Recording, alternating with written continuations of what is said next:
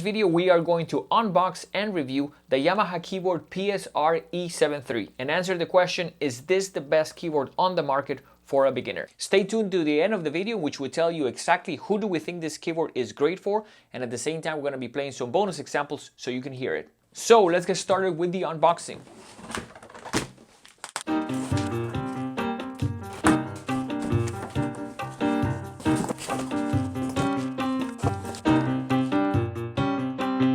So the keyboard comes with a music rack, which is very useful, and at the same time it comes with a couple of manuals. So it doesn't come with an adapter or a sustain pedal, both of which you can get, of course, as an add-on.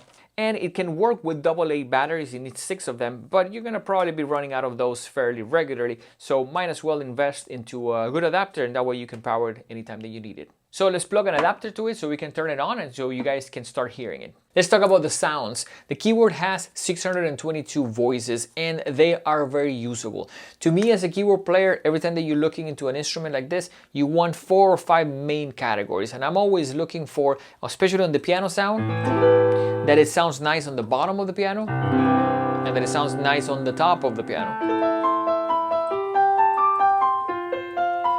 Because those are things that, depending on the instrument, you may literally see pianos that sound pretty bad on the bottom or pretty bad on the top. So good to play it in different ranges. I really like Yamaha piano sound. I think it's very versatile. It works for jazz, it works for classical, and it definitely works for a beginner because it's a really nice piano sound. Now at the same time, it has lots of sounds, but I'll show you just a couple of easy ones. I really like their electric pianos. I also like the ones that they have for strings. I think it's a very usable type of string. I think strings are a must for any keyboard player. You also have sounds that can be, let's say, like an acoustic guitar.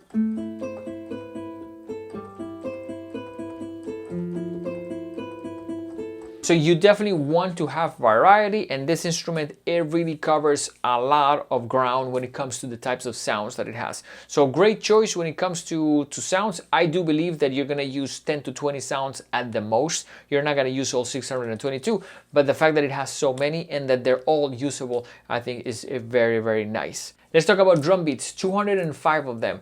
Lots of variety here when it comes to the drum beats. Almost all of them have 2 variations. So if you press the start button, you're gonna get one of the basic ones. If you put it into the fill, it's gonna give you the second variation. So that is very useful because you're gonna have almost 2 different versions of the same drum beat in all of them. Now, one thing that I really like is that if you are a beginner and you're trying to look for a drum beat because you have a song and you're trying to practice, it has lots of options. Let's say like a shuffle. It has drum beats that can function really well for, let's say, jazz, for the commercial music, hip hop. Tons of options when it comes to here, including things like waltz. I particularly like that it has a Latin section and almost like a world section. So when it comes to the Latin section, you have like Brazilian rhythms. You also have things that are a little bit more like reggaeton, which I think it is very, very cool that in a keyboard like this,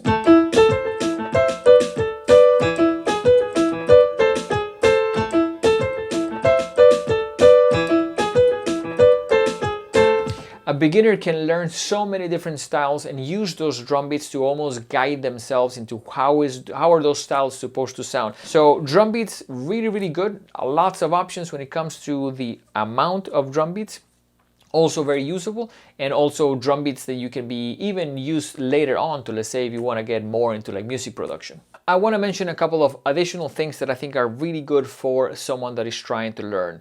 Now, the first one is that the keyboard has the ability to do dual sounds, and that is important because you can get 2 sounds playing together. Now, some keyboards that are in a little bit cheaper price point do not allow you to choose the 2 sounds, but this one does. So it's very cool because you can take one of the 2 sounds and change it to whichever sound that you want. At the same time, it allows you to also do splits. So splits means that the keyboard is going to be split in half. Not necessarily in half, but it's going to be split in a way that you can play another sound on the left side of the keyboard. That can also be added to the dual mode. So there I have piano and strings on my right hand and I have bass on the left. and that is a very unique feature, so especially in this price point, that you can truly add, especially depending on where you're performing. Now, I really like that in addition to that, you can move the split point. That is functional because every now and then you need to cover certain notes, let's say with the bass, but you want to go a little bit higher. So this keyword allows you to move the split point between the two sounds and allows you to get additional notes that you may need because of the type of instrumentation that you're using. So I think that can be a great addition for anyone that is trying to learn. I also like that it has arpeggiator. So the arpeggiator is something that especially for sound production, I use it a lot and I use it all the time. And one thing that I like about it is that you're gonna get sounds, something similar to this, and just play a couple of notes. And have the machine almost calculate a pattern based on those notes, but it's not a drum beat, it's directly an arpeggio based on the things that you're playing. So I really like it.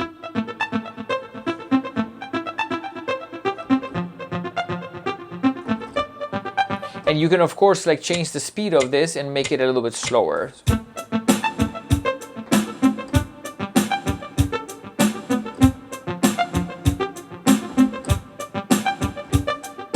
So the combination of the arpeggiator that can go into the drum beat and at the same time being able to manipulate that, I think it can be very functional for songwriting later on, or even for any kind of song production that you may be trying to do.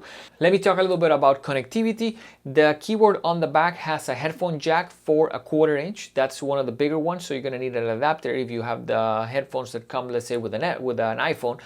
At the same time, it has a sustain pedal jack, which is very important. It doesn't come with a sustain pedal, but you want to be able to plug one in, especially as you are getting a little bit more advanced.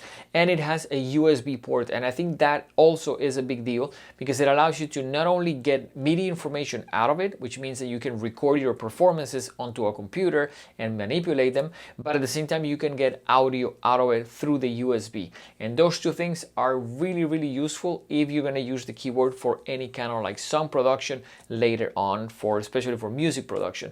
So really good addition that it has that on the back and that is already built in, because some keyboards in a little bit lower price point are not gonna have those features. Let me mention quickly that the speakers are a little bit small. I think this keyboard is great to play in your living room, maybe play with a singer, maybe with a guitar player.